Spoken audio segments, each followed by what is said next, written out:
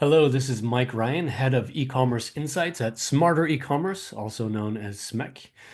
I know it's been a while since we heard from each other, so first off, I want to apologize for that. Second off, I want to say we have a lot to catch up on, which I'll tell you about in a minute. And third of all, I want to say that I have been thinking hard and working hard on a concept for the future of this podcast because I would like this podcast to continue. And yeah, I think we're going to go for it. And I hope that I'll have some really interesting new stuff to share with you pretty early next year. But I'll leave it mysterious other than that for right now. So, to the content of today's episode, I really want to catch up on several things that have happened in the third quarter of this year and this quarter as well. I just sort of look at a year in review. So we're just going to do a whirlwind real fast through some opinions on a bunch of topics, some of which are overdue, some of which are rather new. So it should be a nice mix of those. And that includes stuff like the DOJ verdicts 1 and 2 against Google and the question of their monopolistic behavior. It has to also on the Google side do with changes to Performance Max. Microsoft, I might have a word to say as well. Meta, Amazon, Temu, Pinterest. We're going to run through actually all these key e-commerce advertising platforms. That's what I would like to look at with you today. So, without further ado, let's get into it. First up, Google DOJ1, I'm going to call it. I don't know if that's a correct nomenclature, but what I'm referring to here is the search monopoly trial, antitrust trial that concluded, boy, like a year ago, I think. And it was like last year when this was active. And meanwhile, the verdict was that Google is a search monopolist.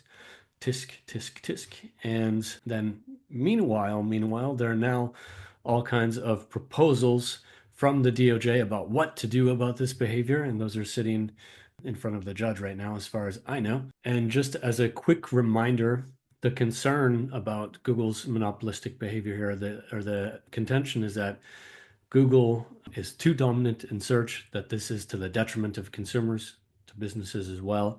And some behavior came up, like, for example, the way that Chrome and search are kind of tied together and these things benefit each other, the way that Google has default agreements with different browsers and with, for example, Apple, so that Google is the default search engine to preserve their market position. And I mean, I guess one thing that I found out or found interesting rather, being pretty focused on the advertising side of things, was how much advertising came up in that investigation, because the second investigation, not to get ahead of ourselves, but that was specifically an ad tech monopoly trial. But yeah, this had to do a lot with the search advertising, which is pretty close to me personally. And where things stand currently, one of the leading remedies proposed is that Chrome should be split off from Google somehow. And also I would expect these default payments to end, where I don't know. These things have knock-on consequences and so on. I'm not personally convinced that Chrome was that supportive of Google's search monopoly or search dominance. I almost rather see it the other way around, that the incredible brand that Google built up through their best-in-class search engine helped them to more effectively launch Chrome. And when I think about it, Microsoft was the default browser on every Windows device, every like Windows laptop, for example. And I just think that consumers are not that helpless.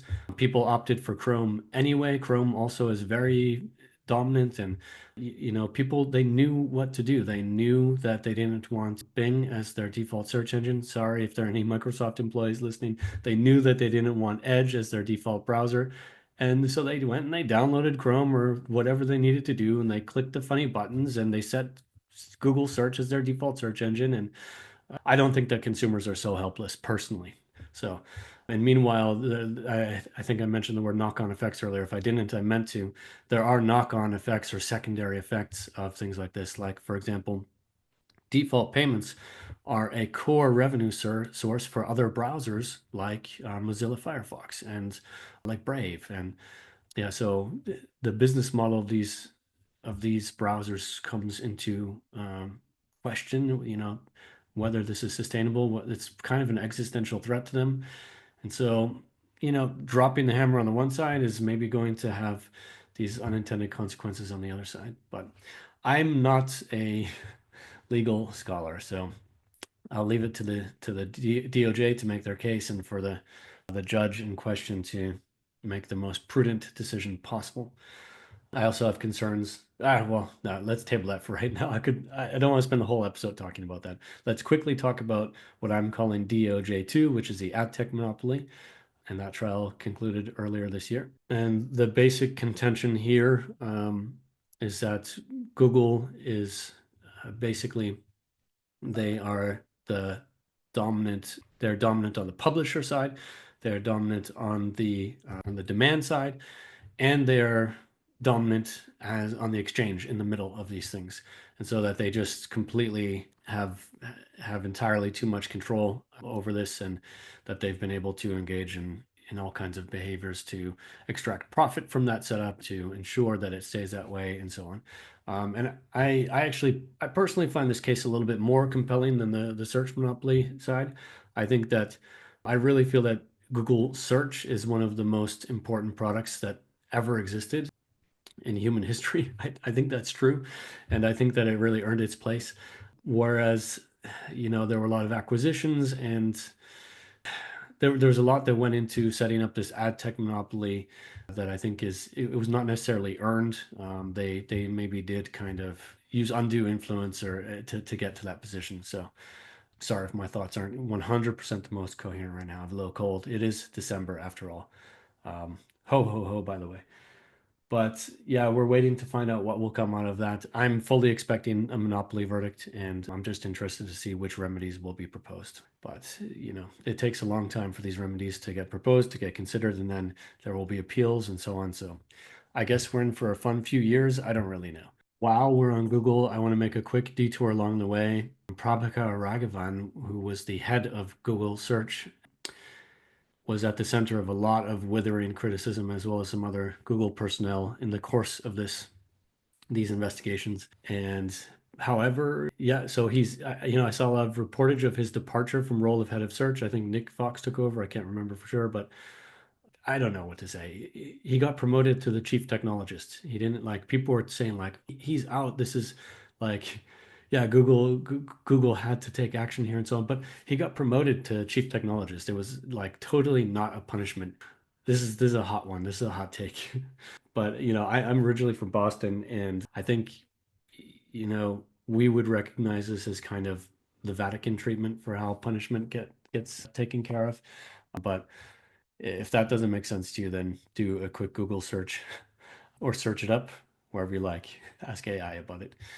We live, in the year 2024. So I also want to just quickly mention a topic that I spoke about at length on the Ad Exchanger podcast. So definitely go check out. Actually, Ad Exchanger actually has two podcasts. One is called Ad Exchanger Talks, and one is called The Big Story. So I appeared on Ad Exchanger Talks, which is an interview format, Q&A type format. And I talked about all things PMAX, including what I'm calling the Khrushchev thaw. And that's what I'll speak about just quickly here to give you a little teaser of that. It was a very interesting year. I mean, it's been an interesting 18 months for PMAX, or to be honest, the whole 3 years of the existence of PMAX have been interesting. But particularly, there's been some acceleration on, let's call them crowd-pleasing features. Google has done a lot to kind of show that they're listening to advertisers. And while I think these changes are always on Google's terms, there's been a lot. It has been meaningful. It's even been a lot to keep up with. So that's one thing that I'll continue talking about early into 2025. I'll host a webinar, what I'm calling for right now, PMAX 2025, because this is not the same PMAX that we got to know a short 3 years ago. It's changed a lot. How to work with it has changed. And I'm generally I call this overall trend PMAXification. This is why one of the reasons that I'm quite fixated on PMAX is because it's not just a Google thing, but at this point, another thing that happened this year when we're talking here in review is that just about every single advertising platform has their own PMAX-like campaign at this point, where you think of, automated targeting, automated creatives, automated bidding, and so on. This very high level degree of automation through these AI campaigns. And that includes Pinterest, it includes LinkedIn, Reddit made an acquisition to help them launch theirs. And Meta has been around for a longer time with Advantage Plus. TikTok, it just goes on and on. Really every platform has one at this point. So that's why I think it's important that we get familiar with this kind of technology, where Google is typically on the leading edge of this, and but the entire market is going this way. And really, at least for performance marketing campaigns, this is just the way that these sorts of campaigns will work in the future. And I can imagine that over time, very many different kinds of campaigns are going to be fully AI steered and integrated. I said earlier that I might talk about Microsoft, and actually, I'm looking at my notepad here in parallel, and I didn't write anything in there. I don't have, this comes off as a little damning, but I don't have a lot to say about Microsoft that doesn't have to do with OpenAI. But I actually quite like Microsoft, and it's no ill will to them. But I think from an e-commerce standpoint, there hasn't been that much to talk about this year. They launched their own PMax. It's called PMax, but by and large, it's been their, you know, they kicked off the movement to integrate AI into search, and that was already over a year ago. And I think it's really kind of the status quo has been since then. And now we're watching as AI overviews roll out in Google ads and as ads come, excuse me, in Google search and as advertising comes to AI overviews. And this is to me a slightly more interesting space to watch. Similarly, I'll just say a word about Perplexity. This is another contender in this space. If you haven't used Perplexity, I like them a lot. It's another AI powered search engine, but they've done something pretty smart. They've partnered with Shopify, they've partnered with Stripe, and they are basically creating their own merchant center where structured product data, product feeds can be submitted.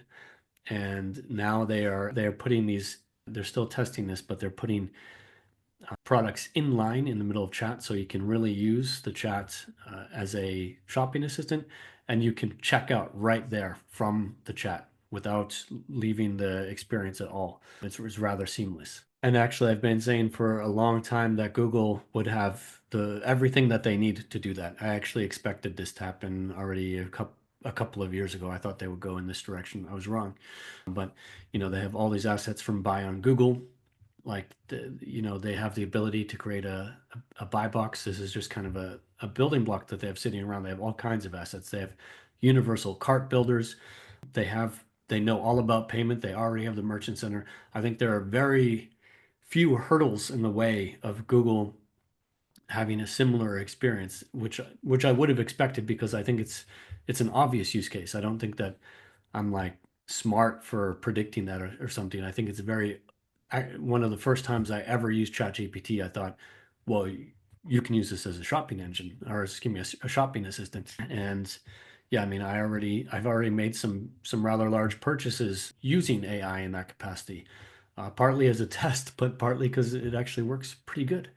You skip all of the SEO filler and the affiliate links. I mean, the model is probably still biased by reading all of that affiliate content, but I don't know. It's an awkward position for the future if you are an affiliate or a publisher, or if you depend on that kind of content. But that's the direction that we're definitely headed. So I don't know why Google has been hesitant to kind of go more in that shopping assistant direction, or kind of inline purchasing, and they've gone in the direction of AI overviews.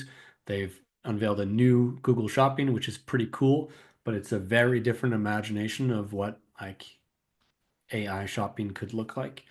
There's AI sort of more an enabling layer in there, but I assume that they just view it as a little too risky for them right now, and too disruptive to the way that their SERP functions and stuff like that. And maybe someone who has a little less to lose, like Microsoft, might jump back in and something like that. I think that Perplexity has no moat around this whatsoever. In fact, I think that they're at a big disadvantage, because they just don't have, even if they onboard a lot of merchants and potential advertisers, they just don't have enough consumers using the product right now compared to any of these other platforms. Like, people say Microsoft is rather small, but Perplexity is way smaller. So, and yeah, Amazon has also gotten into this shopping assistant AI shopping ecom intersection a bit as well with Rufus, which I haven't personally used yet, but I mean, I think it's an interesting idea. They have all this review data and stuff like that, and you can interact with a chatbot who has read all this stuff, so you don't have to, in effect. But I think that so far Perplexity has by far the most compelling implementation of AI and e-commerce. And I'm wondering, when others will follow along. Since we just said Amazon, I'm just looking around my notes here, and yeah, let's talk about it. Amazon launched a new offering called Amazon Haul, and this is a low-cost store that is designed as a direct competitor to Temu. So it operates in a very similar direct from China model, and there are some interesting parameters in there. Right now, it is invite only, and in terms of which sellers want to participate or are allowed to participate. So, ironically enough, it's arguably the most exclusive spot on the platform right now because it's otherwise it's very kind of open and more or less unregulated about which sellers are allowed to participate on Amazon. But I think they've done a couple things smart here. So the I think the maximum cost on an item is allowed to be like $20. So we're really talking, dollar store type prices. And it's quite possible that this will hurt dollar stores more than it hurts Temu. Who knows? I I I also think it's really smart. They don't sell kids products on there. They don't sell like topical things like cosmetics or skincare or stuff like this. There are different kinds of categories that are off limits.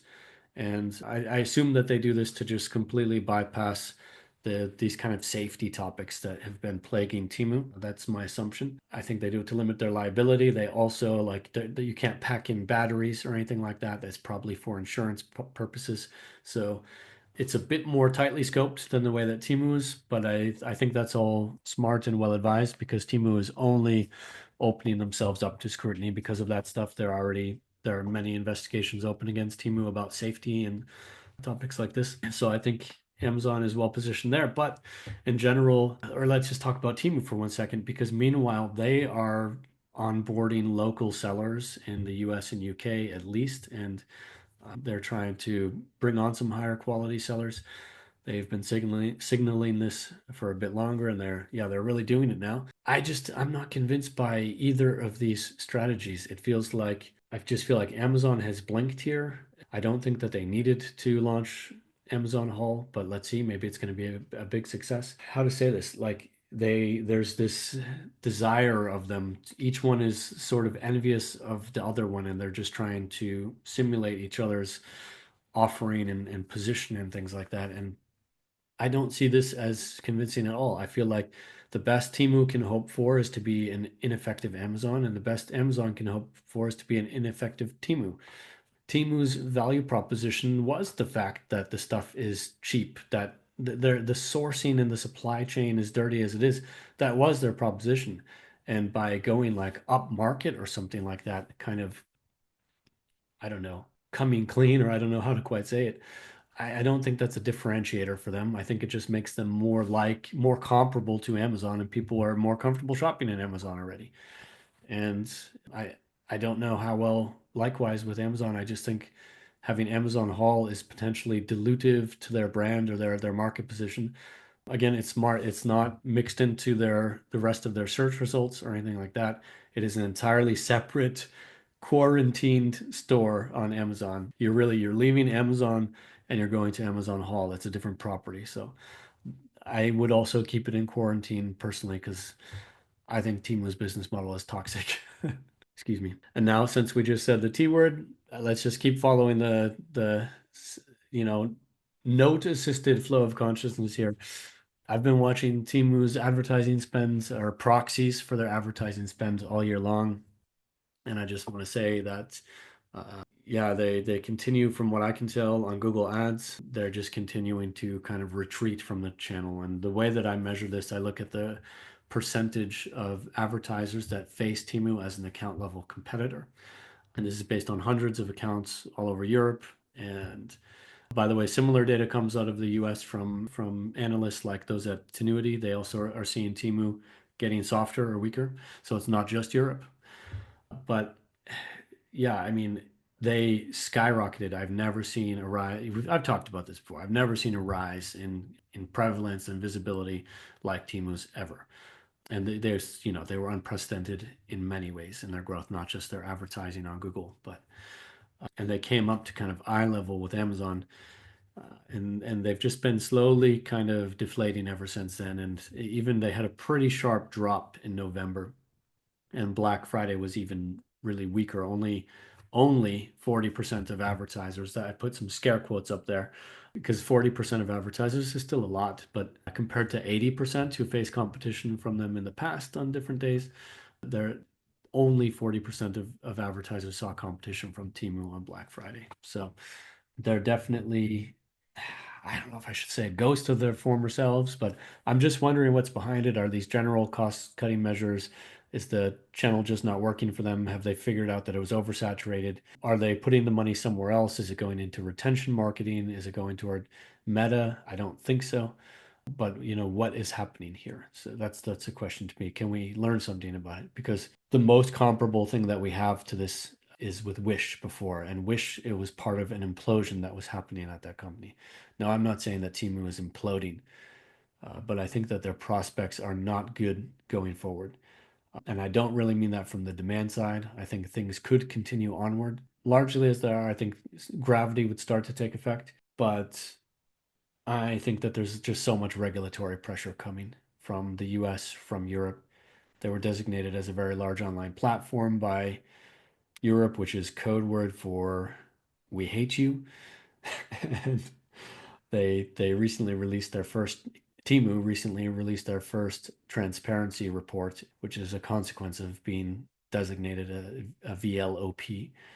I haven't read it all the way through yet because I just found out earlier today that it's there, but it's going to make for some good reading with coffee one time. You should check it out too. From here, I feel like it's natural to head over to TikTok, and I don't have much to say here. TikTok has been doing well. They've been acting like nothing is wrong, even though they face serious legal challenges in the US.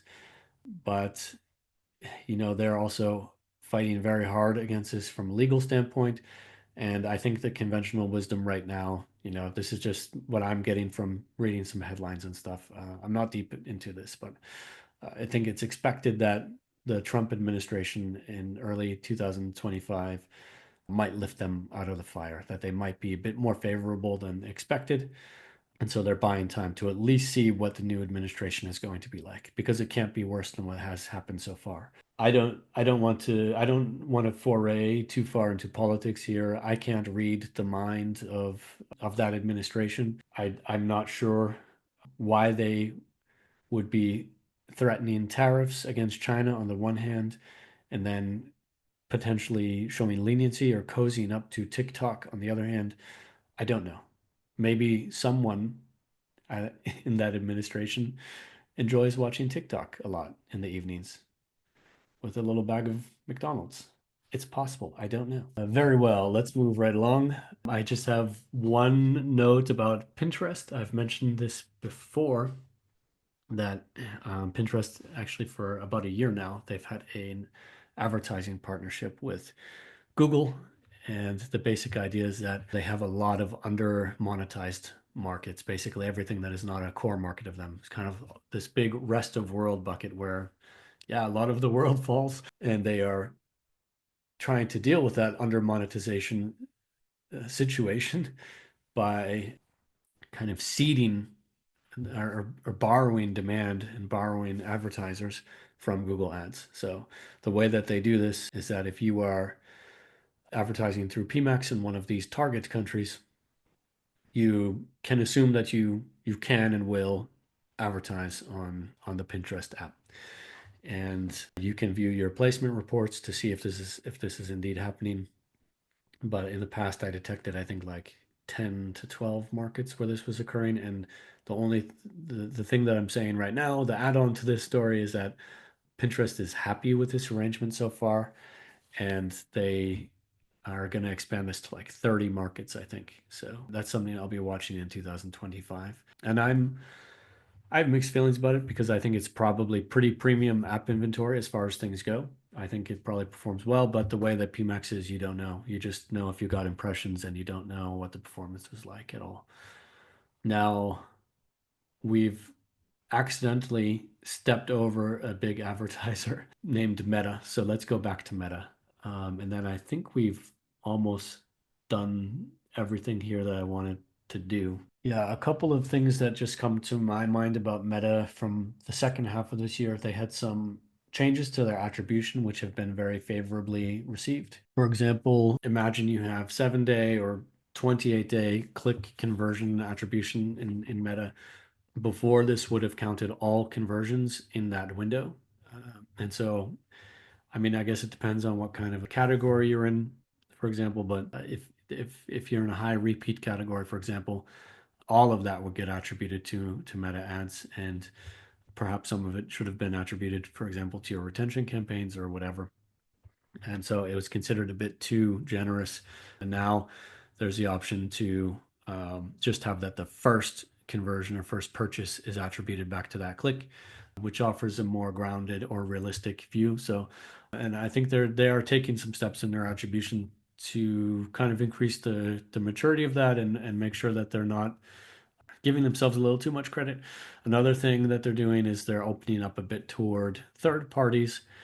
For example, Google Ads or Google Analytics. This is quite notable that they're allowing a more direct integration with data there, and also this includes some of these what I call magic pixel providers that are quite popular with the direct to consumer brands like Northbeam and Triple Whale, also other significant platforms like Adobe. So they're trying to really play nice a bit better with some of these big measurement platforms. And I think that this is a net benefit to everyone because it's the platform reporting can is just so siloed and it's so unaware of your other channels. And so I think that the more these channels talk to each other and the more of a mature view they take on attribution, it's all to me pretty positive. Another note I'll add about Meta, which probably has been a little less well received, what I've seen so far is that they have increased their level of automation, and I think even their default level of automation. So this again goes back to that P-maxification theme, but it gives them more control over a budget automatically, and also probably the most controversial, they can restructure campaigns and restructure the account really using AI.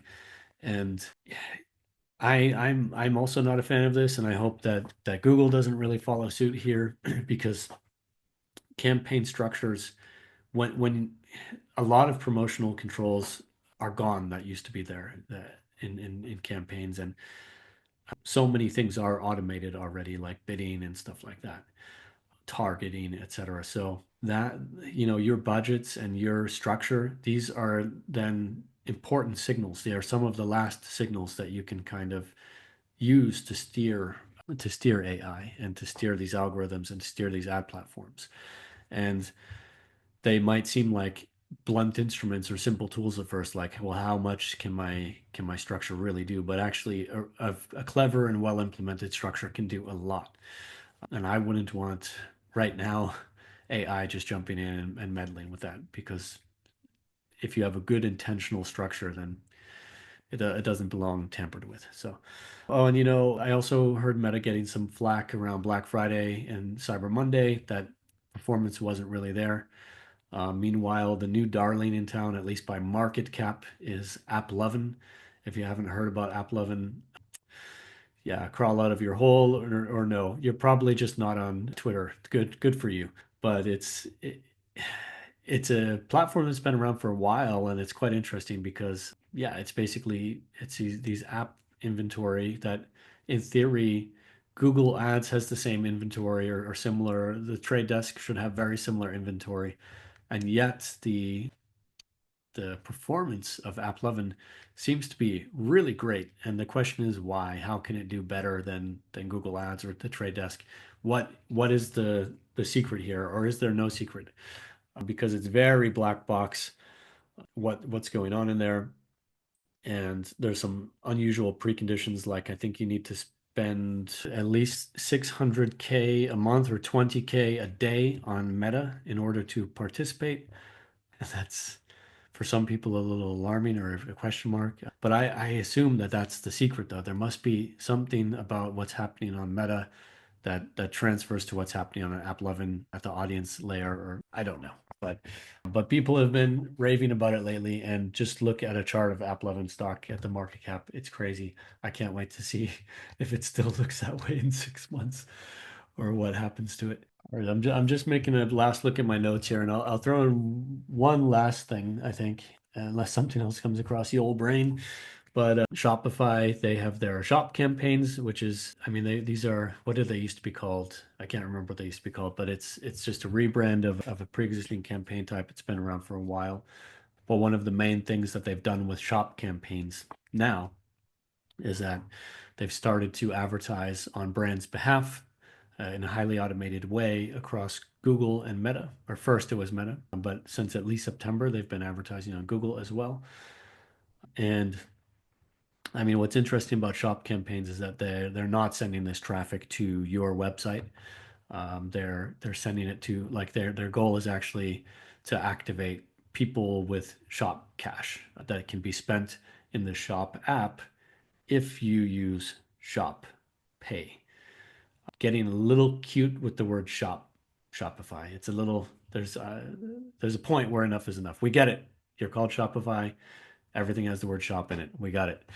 But anyhow, I'm just not particularly convinced of this campaign type because the GMV, the gross merchandise volume of the shop app is pretty small. I mean, it's like maybe a billion, which, okay, who am I to say maybe a billion? But there are like 2 million Shopify merchants. And let's just, for the sake of a laugh, let's just imagine that all 2 million Shopify merchants would be opted in because the campaign type is now generally available. Then I think that's $500 if you take a billion revenue by 2 million. I think it's like $500 for everyone. So I just think that it is. And by the way, that's the total GMV, because now we have to think how much of the GMV was processed by Shop Pay. It'll be less. So let's imagine there's $250 on the table for everyone. So this is my thing. I think that Shop app is way too small to be attractive as an ad platform. And also there's a huge conflict in making it bigger, because Shopify's whole promise back in the day, I think they changed their mission statement, but it was always arm the rebels. The point was to help e-commerce brands succeed on their own websites that are created with Shopify. And yeah, so I think there's a huge conflict there to then try to make your shop app big and to drive traffic to the app instead of toward people's websites. So I'm a little bit of a skeptic on that. But yeah, I'm sure there's something that I missed here. I'm going to be kicking myself when I hit the end button. But most of all, the one thing that I have to say before I go is thank you. Thank you to everyone who listens to this podcast. Thank you for a wonderful 2024. I'm looking forward to seeing you next year in 2025. I'm telling you now, where I'm really planning on mixing things up a bit, and I hope that that will be okay with you, and I hope that you'll like the direction that this goes in, but I'm going to leave you in suspense until then. So thanks again. If you enjoy this podcast, please recommend it to a friend or a colleague, or I don't know, your grandma. Maybe she's on, Candy Crush Soda Saga looking at some app loving ads right now. Are my takes too spicy today? I hope my takes are not too spicy. And yeah, this podcast is produced by Smarter E-commerce. All opinions are my own. Disclaimer. To learn more, visit smarter-ecommerce.com. Thanks again. I had fun with you. I hope you did too. Bye.